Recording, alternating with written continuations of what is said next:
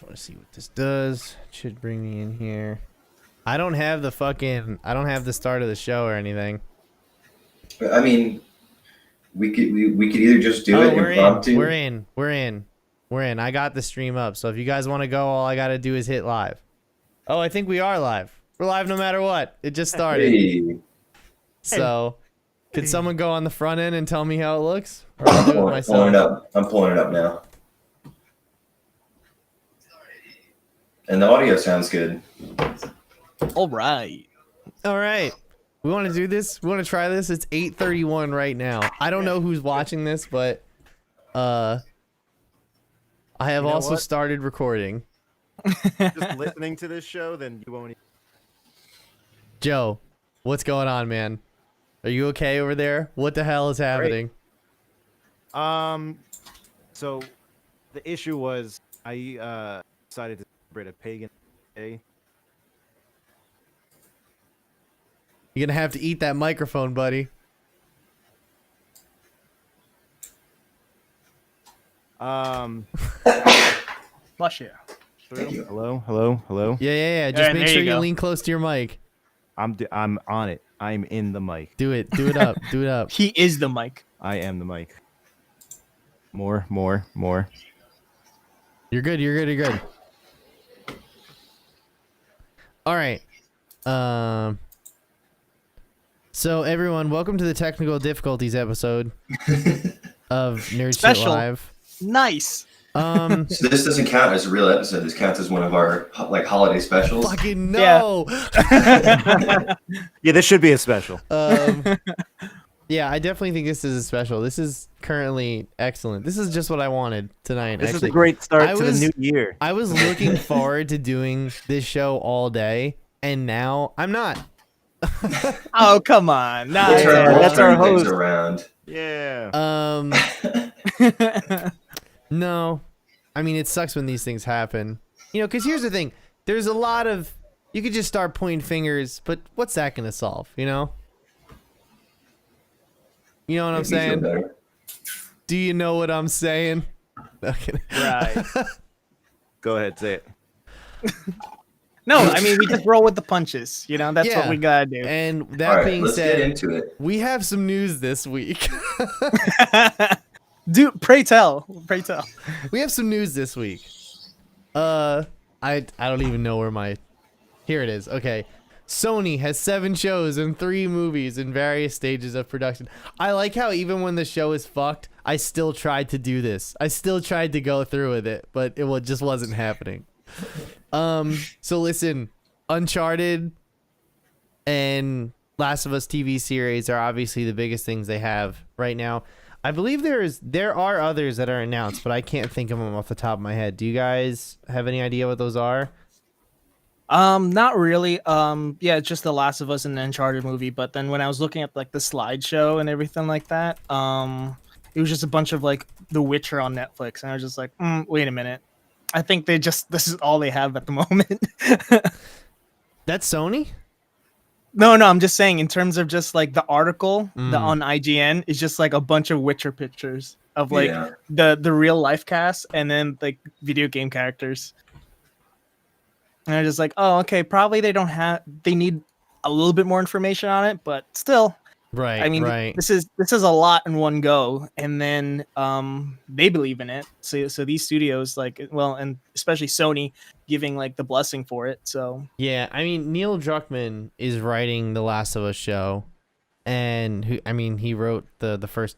I mean, he wrote the Last of Us games, and I mean, hey, Tom Holland is in Uncharted. You know, what could possibly go wrong? Nothing ever goes wrong with video game movies. You guys know that, right? I mean, then someone breaks protocol on the set, and then Tom Holland is going to be having a major freakout video released, and then it's just going to go downhill from there. I hope it's just like, what's his name? I hope it's just like Tom Cruise. Yeah, Same level of freak outness. All right. Moving on from that, we have Bad Boys for Life. I tried to do this one too, didn't I? Bad Boys for Life is the highest grossing domestic movie of 2020. So I guess COVID's good for one thing. Martin Lawrence is relevant again. Yeah, absolutely. Now I you- mean, a lot of people were waiting on this. I feel like, I'm still. These are one of the films that from that golden era of like people were just making movies just for the hell of it. I'm still waiting on Rush Hour 4. Okay, guys. So fingers crossed. So just saying. They only made 73 million at the domestic box office, which is more than literally any other movie, and more money than any movie made domestically this year. So that's pretty. I mean, obviously we all know why, because of COVID. But it's a sad state of the theater business. You know what I'm saying? Oh, for sure. Yeah. I mean, fucking a cop dramedy headlined by Will Smith and Martin Lawrence in 2020 is the highest grossing film of the year domestically. Something's wrong. Something's broken in the system. I mean, Will Smith gets it. He did that Fresh Prince of Bel-Air reunion thing, right? And it was just like available for streaming. I mean, I think everybody's gotten to the point now where they know that Fresh Prince of Bel-Air is super overrated. So, that being said, actually, wait, we can breathe for a second here. I gotta rush.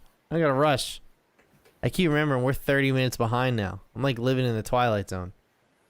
So, everybody here like Rocky movies?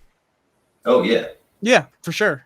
I only saw the first and second one like a couple years ago. I saw Rocky 5 and that was the first one I ever saw, and I was like, if these are Rocky movies, I don't want to watch these. Why did you start with 5? I don't know, dude. It was just on TV one day. They're all always on TV all the time. Yeah, it's true. They are always on TV all the time. If you have cable TV, Rocky is somewhere. Just making Sylvester Stallone richer. Just keep on flipping the channels. It's like, oh, there's one. But yeah, and then did you guys see the first 2 Creed movies? Nope, did not. I saw the first Creed movie. That was sick. Like, that was amazing. I saw the second Creed movie. It was pretty good, but it wasn't as good as the first one. So this one, Creed 3, actually is going to be directed by Michael B. Jordan himself. Yeah, I think last one, I don't remember watching 2. I think I only watched the first Creed. And then wasn't there like a Rocky film just called Balboa? I think that's the one I didn't like. Rocky Balboa. Oh, okay. Well, that one, I remember not liking that. I don't get the weird emphasis I just put on that, but it's Rocky Balboa. Balboa. Rocky Balboa. Well, I remember watching that, and I didn't like that one. And I think that's why I kind of like backed away from like the Rocky series. You didn't like that one? I don't know. That's the one where he gives the speech that everybody puts in their Facebook videos now. It's not about how hard you get hit. Oh no! Wait, about how hard you can hit. It's certainly memorable. And keep going, Adrian. But yeah, I mean, like, still, Michael B. Jordan is like on fire. Like, anything, I feel like a lot of people believe in whatever he does, and then for him taking the reins on this, I mean, can't go lower than what we have now, right? So expectations are set in a good standard right now. Can't wait. I'll watch that. Good, I'm glad. I'm really fucking happy for you. I'm glad that's all. Thanks, man. That's where that got us.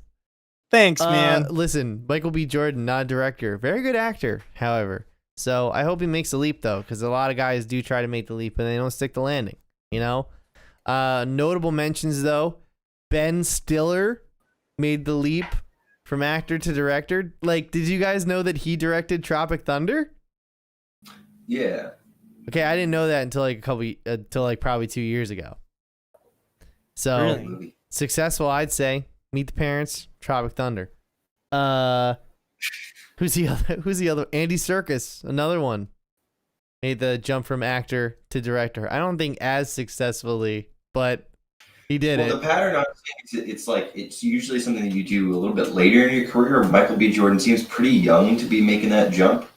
You know, he's like one of the biggest stars in Hollywood right now. I mean, like it's weird for him to kind of move away from being in front of the camera to being behind it. I definitely think about that, but I also think that he's in a position where he can tell his own stories. You know what I mean? True. Yeah. So I guess when you see it through that lens, maybe you want to move in that direction. Plus, like, what more is there? You know what I mean? Does he have an Academy Award? Oh, I don't know. I mean, on top either of my that, head. if he doesn't, at least he has the respect of his peers. You know, he doesn't have to, like, audition for shit anymore. You know what I mean? I guess. Like, I mean, he he's played a definitely Marvel lit. super villain, probably, like, the best one. He's got, the Creed movies, you know, so maybe this is that natural progression, you know, going into directing. Right. Certainly seems like a move that I would make, perhaps, if I was ever in that position. What am I saying right now? Joe, what's going on, man? You okay? Sounds like he's doing fine. Okay, He's doing yeah. fine. Good. Glad to hear. Glad to hear. Sorry, talking about Michael Jordan. What's up? Michael B. Jordan. Michael B. Yeah, Jordan Space is Jam. directing Creed 3. I thought we were talking about Michael Jordan doing the second Space Jam. What did Is he you doing send it? me? Pat, what did you Yes. send me in the episode rundown? Michael B. Jordan directing Creed 3. Shit.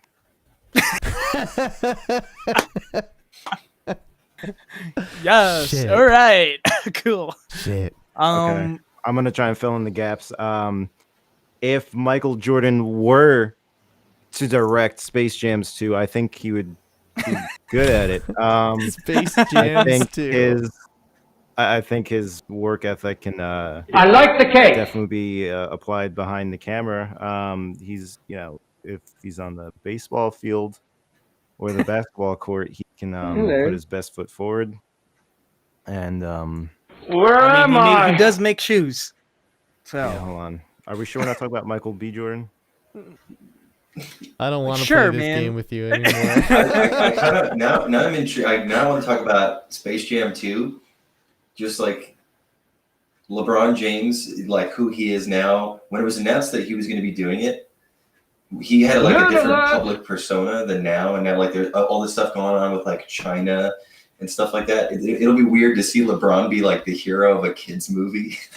Are you Yeah, mad? but LeBron James, he's LeBron James. LeBron James. I mean, like he's every kid's hero right now, right? So Yeah, I mean- that's what all the kids are saying. I know LeBron James is my hero when I was a kid. Oh man. All right. Well, chugging right along, everyone. We have it's not a new segment, but it's a segment that I can't remember the name of the first time we did it. What was it called? Leto Watch. Jared Leto Watch. Was that it? Just Leto Watch. Leto It's Watch? cleaner.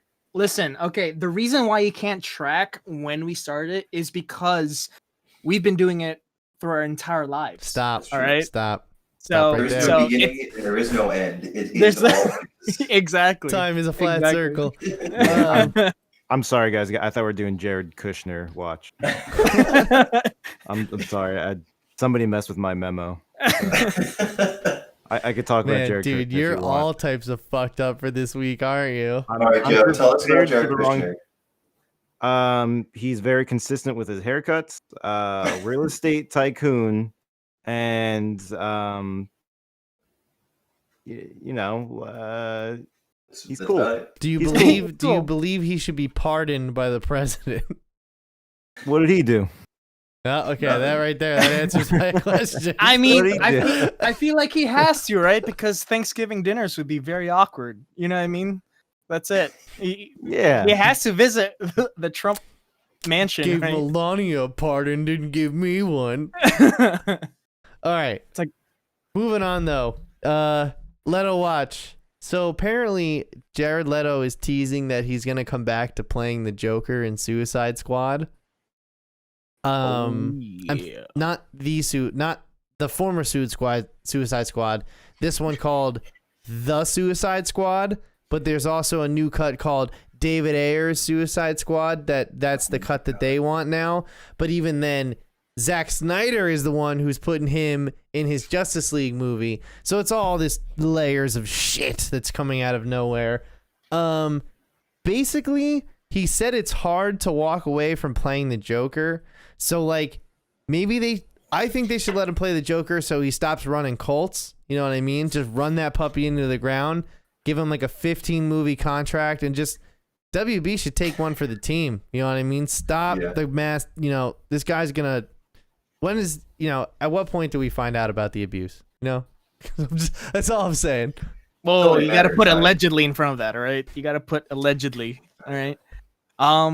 Yeah, Since we went remote, lawyers can't reach us. No, they can. They've tried. They can't reach us because of our new sponsor, NordVPN. No, I'm just kidding. Only a matter of time. Only a matter of time, guys. Yeah, for sure. All right. So Jared Kushner isn't a part of a suicide pact, right? Just let me clarify. Yeah, called the Suicide Squad. Okay, cool. Isn't he a Neo Heaven's Gate person? He's trying Neo, to restart that movement. He's a reptilian. Yeah. Heaven's Gate 2.0. I bet he is. The Hail Bob Comet is taking us home. No, that passed already, man. That's long gone. Yeah, I mean, I actually should tell you guys about that.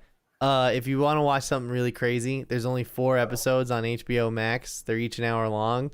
It's on the Heaven's Gate cult.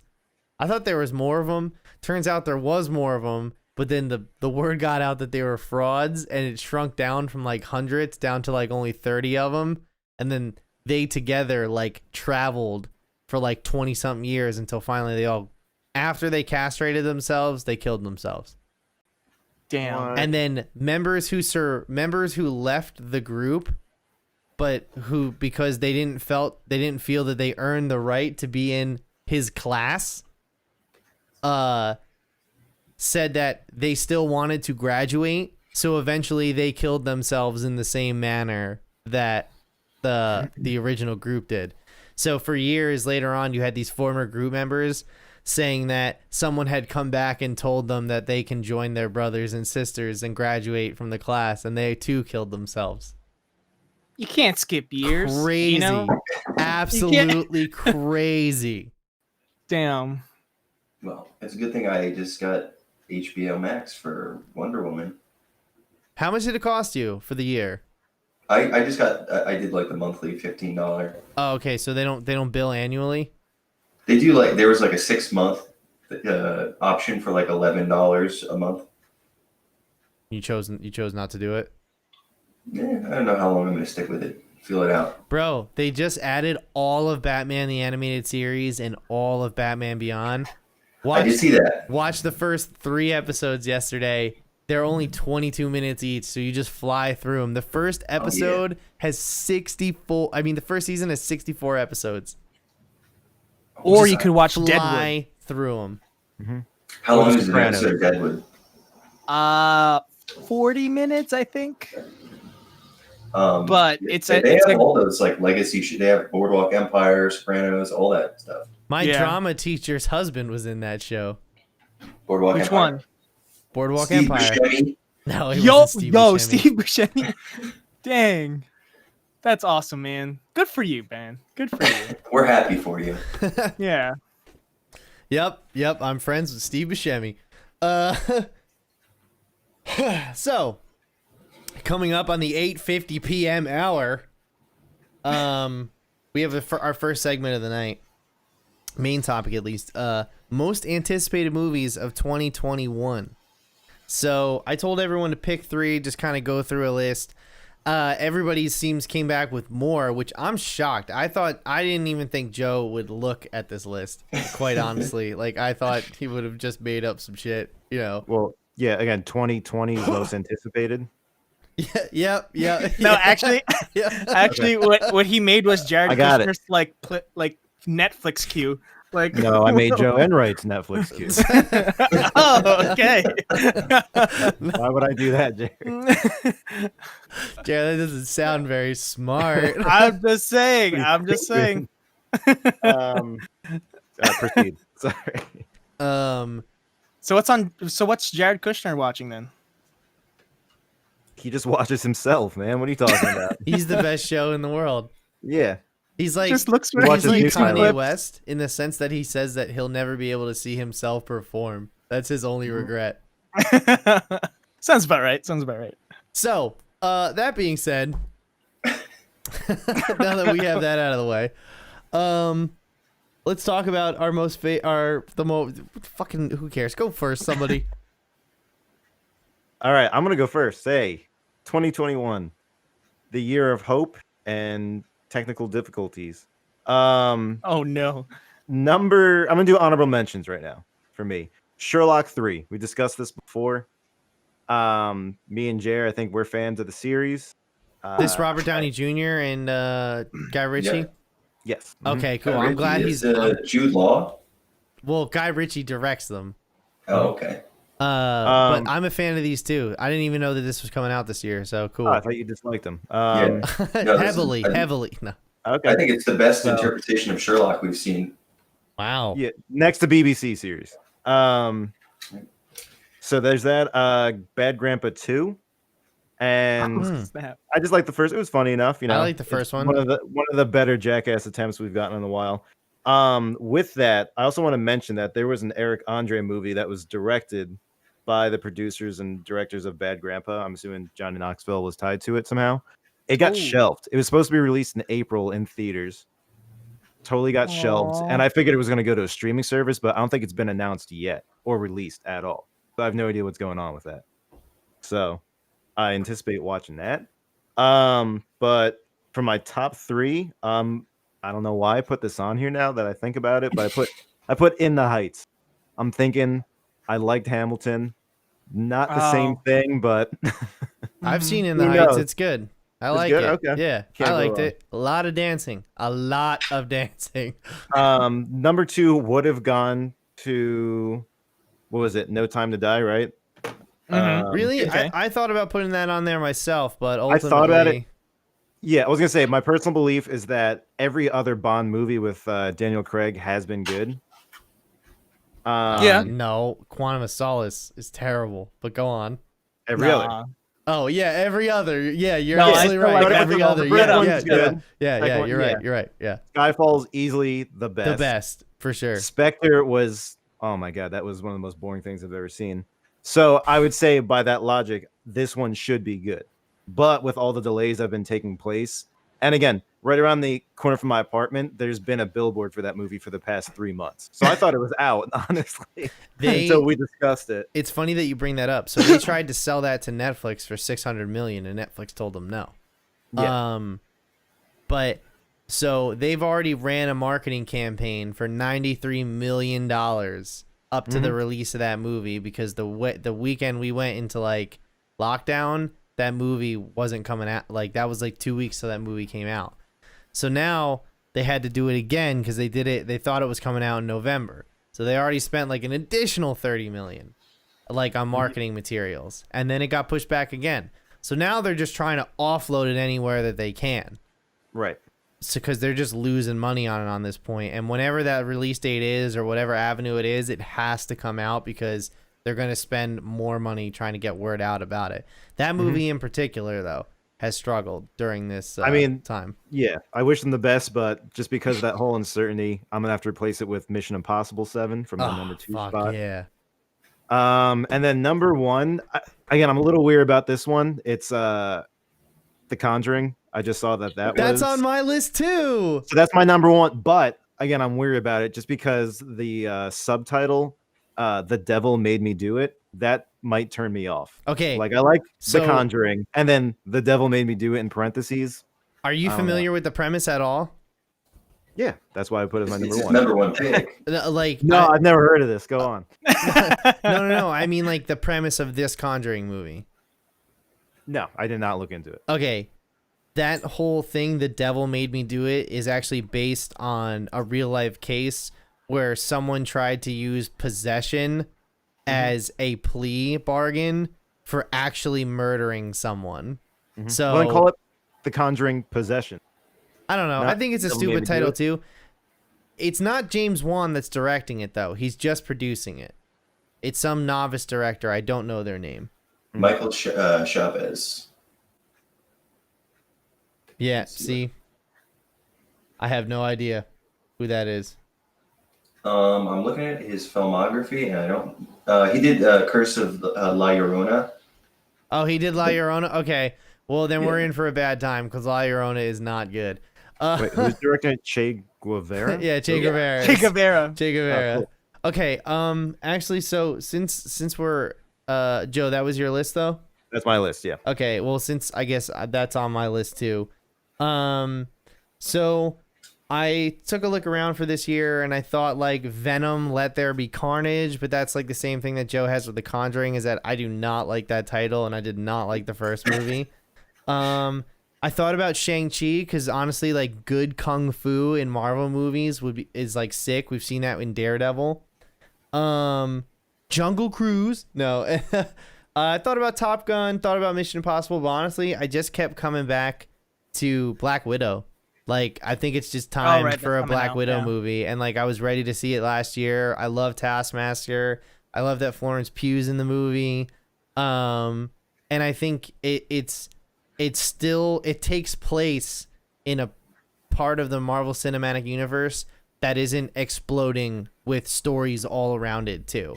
It takes place in this one little secluded area of the MCU, and then you never hear about it again. You know what I mean? Good point. So I was kind of looking forward to that specifically. I thought of things like Spiral from the Book of Saw, the Chris Rock Saw remake with Samuel L. Jackson. Oh, yeah. Oh yeah, I saw the trailer for that one. Yeah. Free Guy with Ryan Reynolds. But honestly, the number one movie I'm looking forward to next year is Godzilla vs. Kong. Good choice. I can't, like, it was supposed to come out last March. So we would, however, I believe they were doing reshoots, whatever. The last one wasn't that good. I didn't really like it at all. But I mean, like, the original version of this movie came out in 1962, and I have the VHS. I have the VHS somewhere in a box. So, and for years, people who were fans of any type of kaiju movies or Godzilla films said for years that they wanted to see this remake happen. They wanted to see this like with $200 million behind it and a Hollywood VFX budget. And now they're finally getting that. And I'm looking forward to it. So there you go.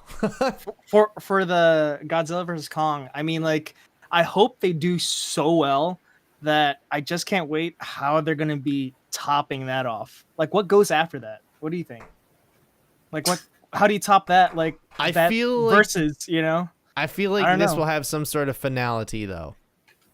Oh, you say that, but They gotta milk it, man. If it makes money, it's not the last one. Yeah, that's true. Now, I mean, isn't it kind of funny how they made the first Godzilla movie? They made Godzilla in 2014, and then they just switched. They made Kong, and while they were in the process of making Kong, Legendary said to Universal, "Hey, do you want to put him in our shared universe?" So Universal was just like, "Okay, have him."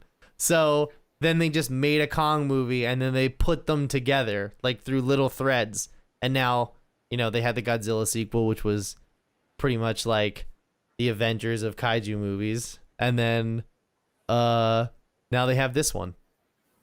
Yeah, And I mean, I'll definitely Millie Bobby Brown, Kyle Chandler. I think is Vera Farmiga in this one too. She was in the last one. Don't forget, King Kong's gonna star in it. Godzilla's gonna star in Charles it. Dance is in it too. All right, so who's next? Jerry, you want to go? All right, sure. I just picked 3. Well, 4 technically, because 2 of them are like a toss-up. So, French Dispatch by Wes Anderson. I can't wait for that one. I forgot about that. Yeah, that's coming in May so far, because I've watched every Wes Anderson film and I just love that director and everything he does. Now this one's a toss-up between Dune, that's coming out in October. I think Timothy Chalamet is like really killing it with all those types of films. And then The Many Saints of Newark. I don't know if you guys know about this one. Yeah. This one's like a movie. The Sopranos movie, right? Yeah, but it's for it's a prequel. Right. So it's gonna be like Right. about Tony Soprano back in the 60s when And he's his younger. son. That's what his Yeah, son- It's his son. yeah. It's his son. Yeah. Right? Yeah. The So son. like I can't wait. And the It's the setting's sun. cool. The sun, yes. Yes.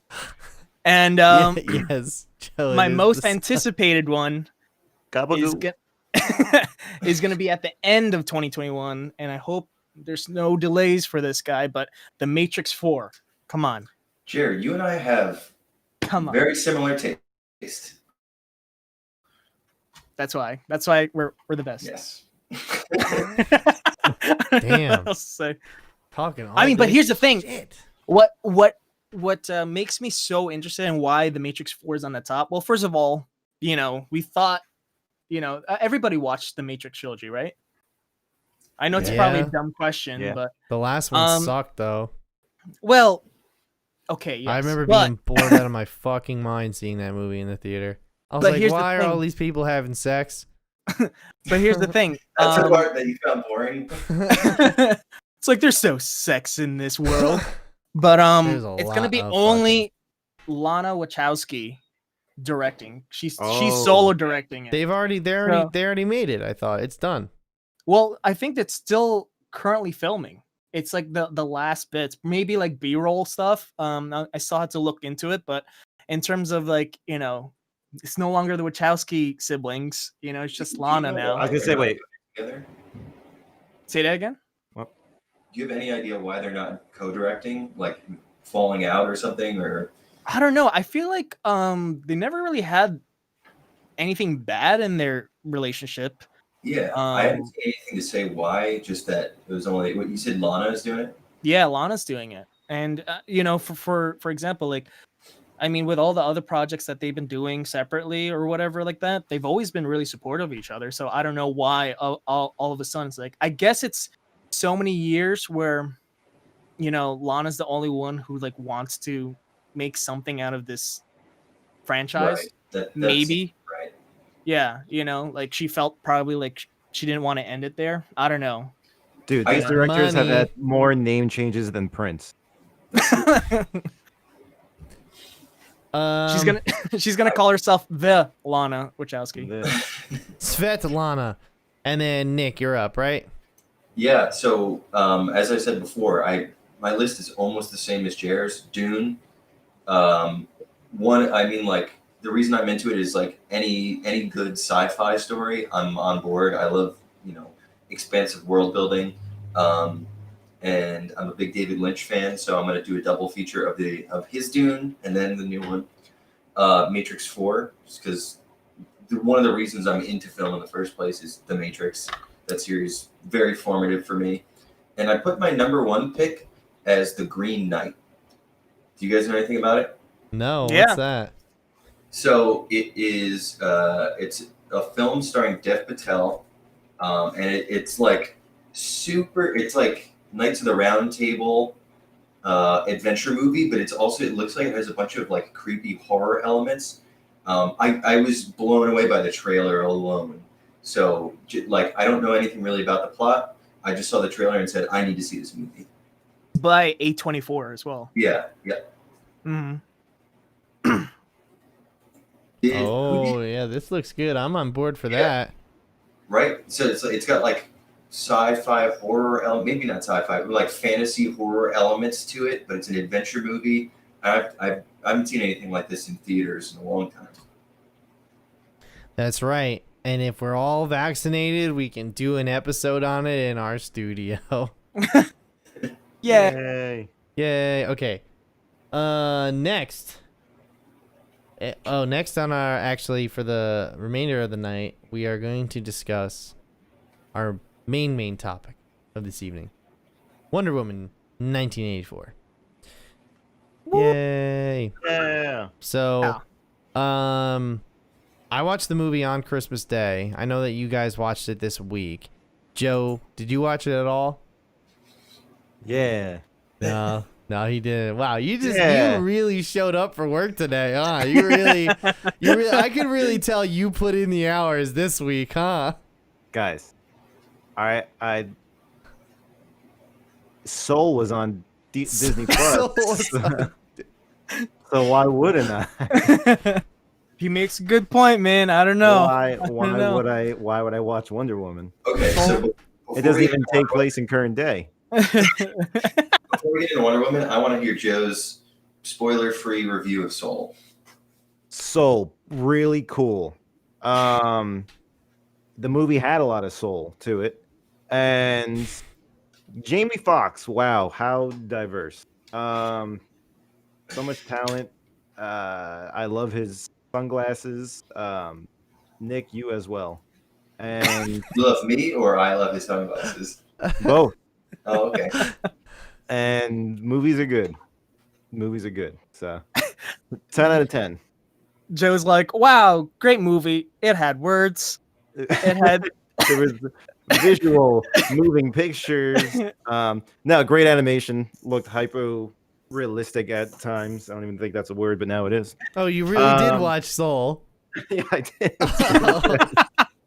See, It was it's so just good. very He hard to told believe. music I was was like, awesome. hey, we're doing our podcast on this. He was like, I'm gonna go watch this instead. No, I watched The Sound of Metal and Soul instead. Okay. Both were good. Anyway, All right. Well, then, for the ones who did watch it here, first we're gonna do non-spoilers, and then we're gonna go into spoilers. Sorry, we don't have any graphics tonight either, so you're shit out of luck. First up, non-spoilers. So overall, guys, what'd you think? I'm just gonna tell you guys right now, I was really disappointed by this. I genuinely thought that this would be better, or at least competently made well. And here's the thing, it's not. The movie visually, I think, looks good. I don't think there's any big blunder with special effects. I just think that they tried to tell too many stories, Oh yeah. all based around a magic wishing rock. And like, I don't know what the disconnect was until I looked into it. So it turns out that Patty Jenkins actually didn't write the script for the first Wonder Woman movie. She actually came on pretty late in the game after it had been developed by Zack Snyder, Jeff Johns, and the previous director who came on board. I forget her name. Either way, though, she left and they got Patty Jenkins. So she just kind of came on board and then directed the movie. Now, don't get me wrong. Patty Jenkins is a fantastic director. Have you guys ever seen Monster? Yeah, Awesome movie. That's an Oscar-winning movie. She's a phenomenal too. director. Mhm. Hey, listen, every director has a bad day. Everybody has a bad day at the office, right? Even Steven Spielberg has bad movies. So I don't think this one is bad, but it is definitely just above the cut. Like, that's where I would put it, where it's entertaining enough to where you can watch it and get through it and be like, oh, that was okay. But if you start to think about it, it's pretty poorly put together. I mean, it was just really hard to follow at times. Yeah, Yeah. going off of they tried to say so many things in that movie. There and was then, like this weird Cold War aspect that came out of nowhere in the third act. Cold War. I would call it regular war. Yeah, I mean, yeah, fair enough. But I mean, like, it was just, oh, we are talking about the Cold War, like, kind of vibe. You know what I mean? Like, he walked into the president's office and was like, he wants more nukes. It's like, what? Why are we doing this? Why are we doing this? You know what I mean? oh, I don't are know. we in the spoilers now, or? No. I think that's a pretty made fun of scene at this point. Okay. Well, because the thing is, it's so long, right? And then Oh, it's so long. yeah, and there, you know what? There are some good bits in it. You know, I can't take it away from that film. You know, the good bits that I enjoyed from it, I thoroughly enjoyed how they presented it and the delivery of it and everything like that. And then there were the funny moments that were in the film. I get what they were doing, but it does not, it just doesn't all come together, and there are some really stupid scenes, like really kind of like, what? Like, really? That's that? Like, I feel like the tone was very different from the first one. Like, the first movie is this like this wartime tone where Diana's trying to understand the plight of man and why they act this way. And even though that she can destroy all of them and rule over them pretty much that she wanted to, the interesting thing was seeing her not go that direction and trying to be empathetic and understand their plight. You know what I mean? And I feel like there was also that dynamic of Chris Pine and Gal Gadot having that dynamic of how men and women act in the world, like in the world of man. You know what I mean? I feel like all of that interesting dichotomy was just tossed out the window for this one. I saw a take earlier saying like that opening scene where they're doing like that, Oh, the Olympics? Obstacle course Olympics type thing, and how the message was about like, don't, like, cheating is wrong. It's like you can't take the shortcut. You have to do things the right way.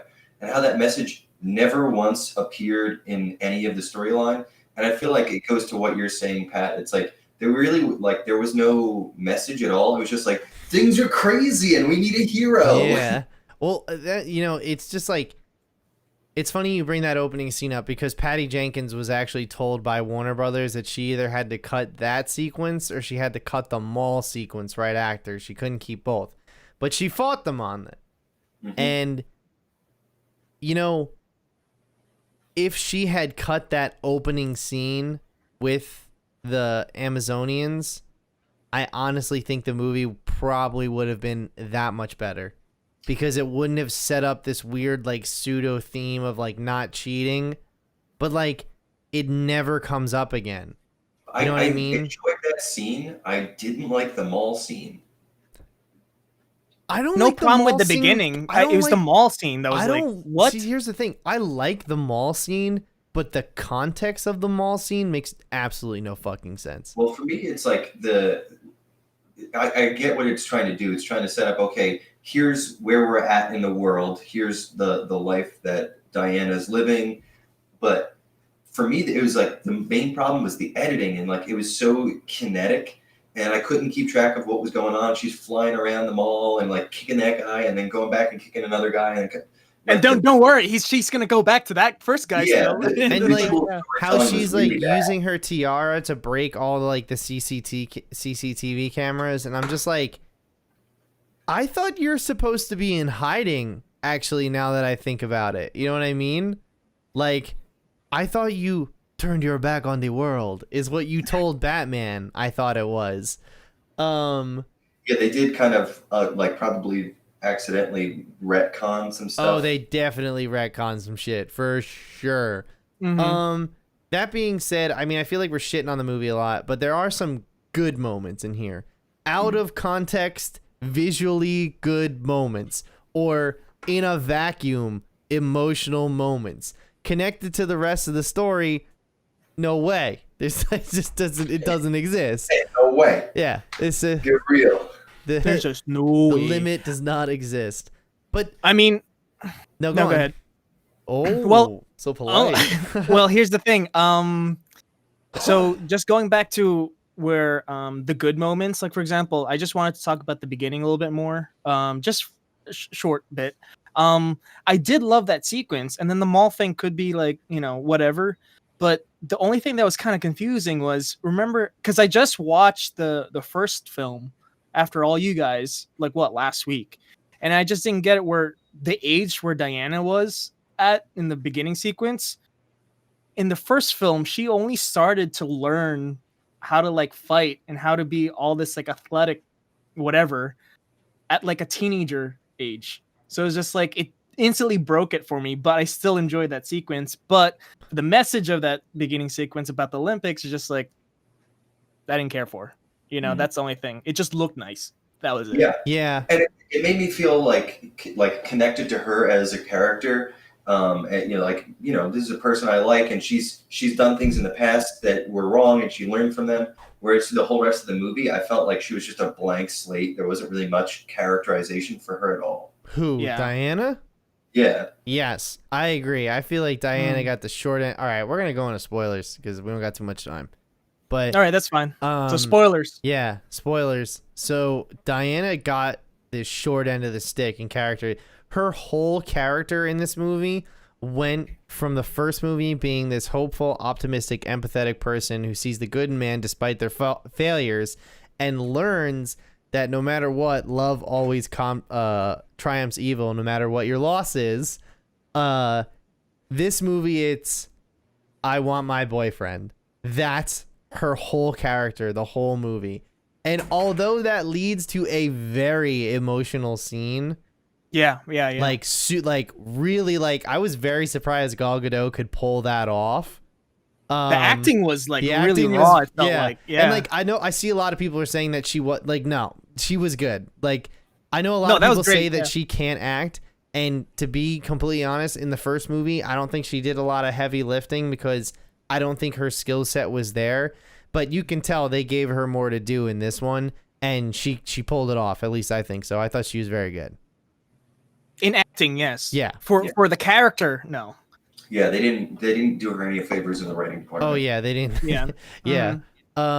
However, I thought it was sick when she renounces her wish and all the cuts start to heal, and then she does the whole thing where she screams and like whips this guy, like, And she's crying at the same time while she's running on like damn, like some kid who just got his ass beat. Like that was emotional for sure. Yeah. Yeah, that was definitely very emotional. Like I had a whole bottle of wine and I had tears going down my eyes. Everybody was asleep on the couch, but for me at this point. So save for me. I was like, I gotta do a podcast.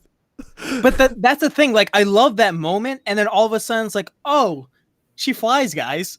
Like, and then does she? Like, what the fuck is she up with she that? technically does, but then the thing is, in the past DC movies, she's just on Earth, man. I don't- She's like, Why did they give her the invisible jet and then have her fly immediately after? Yeah. How about the fact? How about the fact that? Oh man. Okay, so let's get into the Chris Pine character because let's talk about a waste of a good actor and character. So Chris Pine's character in the first film was a World War I pilot, okay? And spy. And spy. In this film, Diana wishes him back, and instead of him just coming back, he like his consciousness inhabits the body of some random dude. Stupid. It's such a stupid idea. You could have just brought him back and we would. Now there's this whole ethical question of like, they only put Steve Trevor, like Chris Pine, in the movie just to make it easy on us, the audience, to see what Diana is seeing. But to every other character, that's whoever that random guy is. You know what I mean? Yeah. So now there's this ethical question of, should Wonder Woman be banging this dude who has her boyfriend's consciousness? You know what I mean? Like, but here's the thing. They wrote it that way because it still doesn't make sense, right? That they put Steve's consciousness in this random dude, because with other people wishing, you could wish like a huge wall out of nowhere. You could wish nukes out of thin air and stuff like that. But you couldn't wish his like main body like into existence. But just because they had to write him out as like Diana having to renounce his wish, that was the only way where it's like, it's well, so convoluted. It's so I don't know, convoluted man. and messy, and it just doesn't make any sense. And like, they just waste him, because then it didn't dawn on me until after I saw the movie that the invisible jet scene, it was, and like, I can't believe I didn't think about this when I saw the fucking trailer for the movie, when they get in a friggin' like Raptor, like airplane, like a modern day jet that the Smithsonian just had ready to go, all fueled up. Yeah. They get in there. He not only can he fly it well, she's like, oh, by the way, there's radar. But don't worry, I started learning how to turn shit invisible, and I fucked up one time, but I'll get it this time, and turns the whole plane invisible. Like, here's the thing. I don't mind the way they put the invisible jet in the movie. I just mind the way we got to the invisible jet. You know what I mean? It's like you didn't set that up at all. You pulled it out of your ass. Wonder Woman has never been able to make anything invisible ever. You know, like and ever. Just put one scene in the very beginning of the movie where she's like practicing making fun of making shit invisible. Yeah, and you know what I mean. mean. Get rid of the mall scene and do that. Or that. You know what I mean? Or how about it better? Get rid of the mall scene and the Amazonian scene and start with her as a young woman on Themyscira again, making shit invisible. And then, so this way you establish it, but make it's something that she can't do. So after she makes the invisible jet, like, invisible, I mean, after she makes the jet invisible, she, like, with, like, like one trail of blood down a nostril or something, you know? Like, it's gonna incapacitate her for a bit. Well, here's... Oh, sorry. On top of the invisible jet, I just wanted to make this point. Like, I already knew that it was like one of Wonder Woman's like main things, like one of her main transportations, like in the comic books. So I was like, oh, this is cool. But then all of a sudden, it's just like they take it away from her, and I was like, oh, I guess that was just for Steve. Then it was just like it was a fluke. She figures out she figures out how to fly just by asking Steve to explain aviation to her. Like, do you realize how fucking stupid? Just win, baby. So actually, let's move over from that stupidness and let's move over to the disastrous villains, because like, oh, okay. And this is like towards the end too, so like people complain about Thanos in Endgame. Thanos in Endgame is 10 times better than whatever the fuck these people were. So one of them is Kristen Wiig, she's Cheetah. What's her? Barbara is her name, played by Kristen Wiig. Mm-hmm. And the other one is Maxwell Lord, played by everybody's favorite Pedro Pascal. Mm-hmm. Now, here's the thing. I actually didn't think Pedro Pascal or Kristen Wiig gave really like bad performances, but the material was terrible. Like, all Kristen Wiig did was, first of all, I saw it coming. Like, as soon as she was like, I wished, and she wished for something, right? I immediately was like, she wants to wish to be Diana. I was like, I knew that almost immediately. And her becoming more powerful or more noticeable is like letting her hair down and just like wearing makeup and taking off her glasses. You know what I mean? She can walk in high heels now. Yeah, exactly. It's like, okay, so we've done this before. The nerdy person becomes the hot, noticeable person. You know what I mean? And don't forget, she saw Diana wear those cheetah heels. So it's just God, I want dude, those bad boys. I was so aggravated about that. I was like, are you fucking kidding me? This is what we're doing? I was like, this is how we're doing this, huh? Okay. Oh, if only she wore like zebra heels that day. I would have been that would have been so cool. Oh, that would have been so hilarious. God. Just come. Shit. But what you were saying though? But actually, it would have made more sense if she had zebra heels, and when she dropped her papers, she would have been like, nice heels. I actually have a pair of cheetah in my office. Want to come see it? And then when you see the cheetah, she's actually obsessed with cheetah print. That would make more fucking sense than whatever this was. So that happens. So she wishes to be Diana, and she shows up, and she looks like, the singer of AFI in 2002. You know, just all the eyeliner and I'm an emo, I'm this, you know what I mean? Like, it's been done. So I already figured, okay, they're gonna ruin Cheetah because this is not how Cheetah came to be in the comics. So they have their first fight. It looks really stupid. It's really bad wire work. It's cut really bad. Either way, that one sucks. You're talking about the White House? I'm talking about the White House one. Oh, yeah. The second fight, though, when she's like, I wish to be the apex predator. I was like, he could have made you a shark. Like, or he could have made you literally a falcon. You know what I mean? Like, it could have been literally anything when you use that vernacular. You know what I mean? But somehow she turned up as full cheetah. And what was that character design? Like, didn't you guys learn with Sonic? Just don't fuck with it. It works. Yeah, I don't know what they were doing. Like, and here's the thing: like, this is the first time where I actually enjoyed what Kristen Wiig was doing, you know. And then all of a sudden, yeah, there was nothing that they could really do with It was that just character. so bad. The delivery was just all wrong from the start, you know. And it's just like it was just sad that it was just taking too long to watch this like car crash happen. Yeah, You know what I mean? it's the best thing. It's one of those things where you can't help but look. You know, you want to look away, but you can't help but stare. And it's just slow motion, you know. And then even if we look forward a little bit more with Pedro Pascal's character, right? So Pedro Pascal actually, how do I say this? His character is actually more sympathetic than Kristen Wiig's character. But oh yeah, for sure. of no fault of his own, though. For whatever reason, after all the bad shit that he does, right? All he does, the last time you see him is he hugs his son, who just comes out of the woods, like really randomly. Yeah. Walks out of the bushes. Just like, runs, Daddy. It's like, Just what like, were yeah, you hiding. doing? What were you doing there? You know what I mean? No, he's there. Yeah. So And that, hey, by the way, Pedro Pascal's kid in this movie is Filipino. I'm just saying it. I think he's that kid's Filipino. I'm just saying. okay. I just want to make it known that that's what I said. Representation matters. We know, Jer. Exactly. But it was I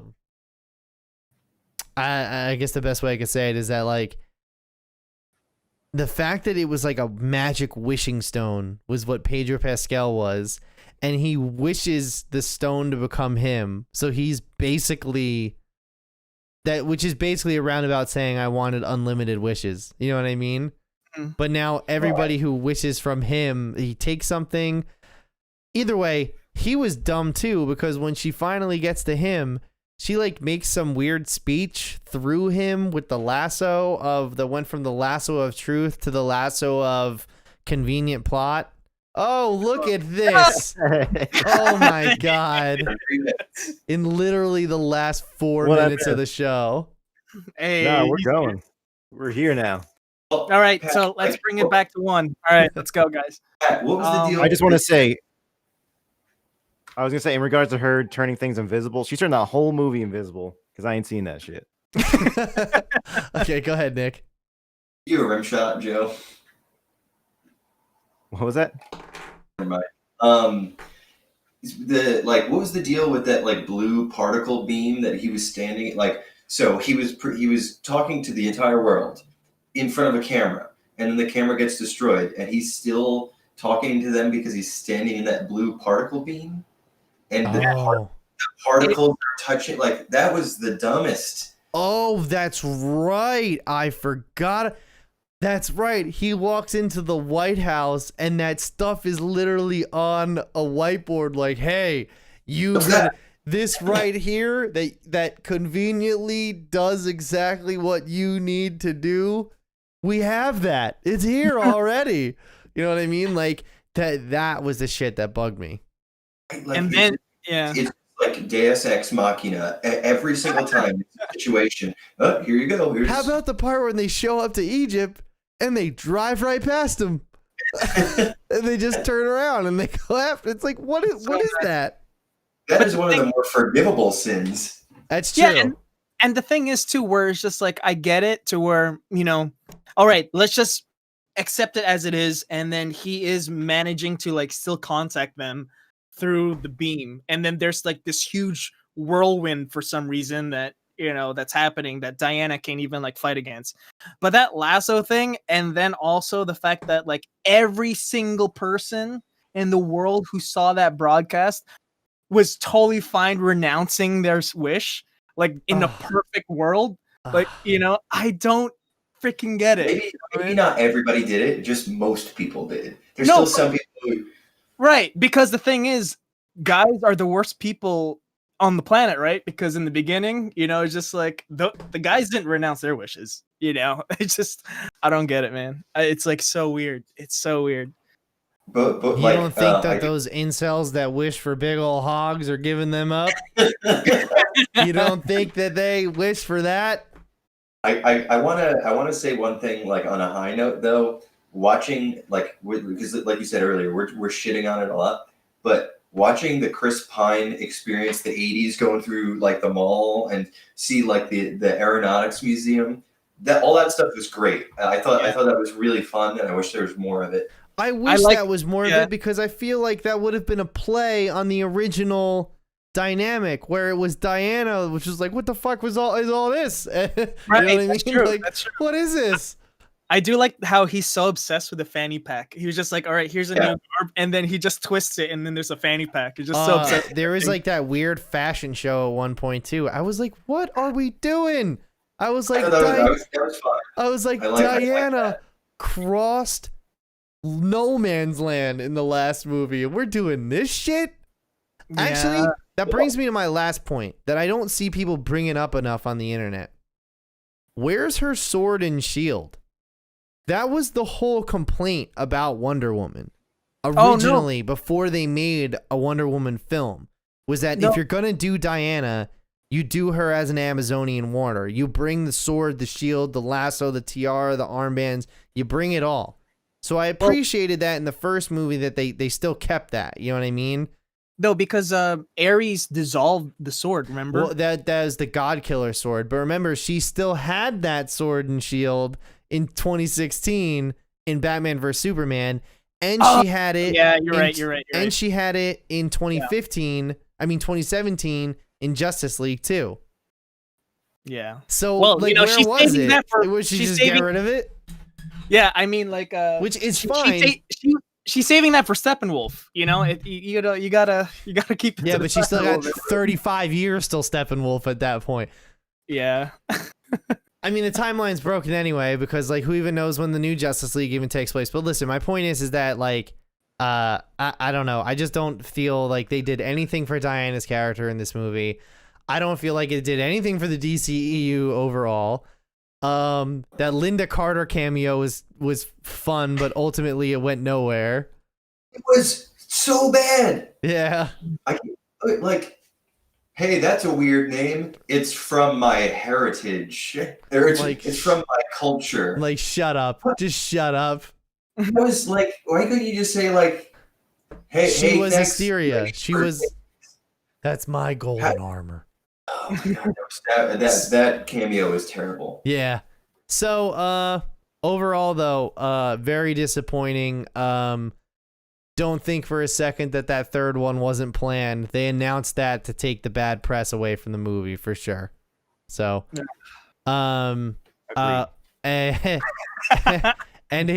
thoughts. Anyone else? Watch Soul instead. Watch Soul instead. Sure, yeah. What do you think, Nick? What were you gonna say? I was gonna say that guy who comes in and is like, I wish I had a coffee. Oh, look, here's a cup. Like, oh yeah. Oh well, he had diarrhea that day, so we just didn't see it on camera. That for me, that set the pace for the movie. Like, as soon as I saw that, I was like, this is bad. This is no good. Yeah. If you really like Wonder Woman, you're gonna like the movie. But if you like competent writing, you're not gonna like the movie. Yeah. I'm just happy I'm not one of those people who's online right now that's just like, this movie had me in tears. It was so beautiful. It was like Liz, she was like, look at all these badass women on screen. And I was just like, hold up. I was like, I saw some of the reviews for this shit. I don't think you want this one to be your champion. I was like, maybe the last Wonder Woman, but not this one. Not this one. Yeah. Black Widow. Just Black watch that Widow. one. Yeah, Black Widow. That's At the least movie. you know Black Widow is going to be of quality to some degree. You know what I mean? 100%, yeah. And I think that's why I was looking for it the most too, is because, you know, it's kind of like Captain America. So either way, though, that wraps it up for this week's episode of Nerd Shit Live. Listen, we're sorry about the technical difficulties. Okay. So you can send all your hate to Joe for that. And my username is @pnaps. Twitter, Grindr, Parlor, Vimeo, LinkedIn. So just do, you know, if you like this show and you want to support the show, go ahead and subscribe to this channel, or head on over to our Instagram @NerdShitLive, our Twitter @NerdShitLive, I think, and The rest of our socials, come on, you know where they're at this point. But hey, so much. Thank you very much for listening to this. And if you want to listen to this again or recommend to someone, the audio version of this will be available on every major podcast network coming up this week. So once again, thank you very much for listening, and we will see you next time. Goodbye, everyone.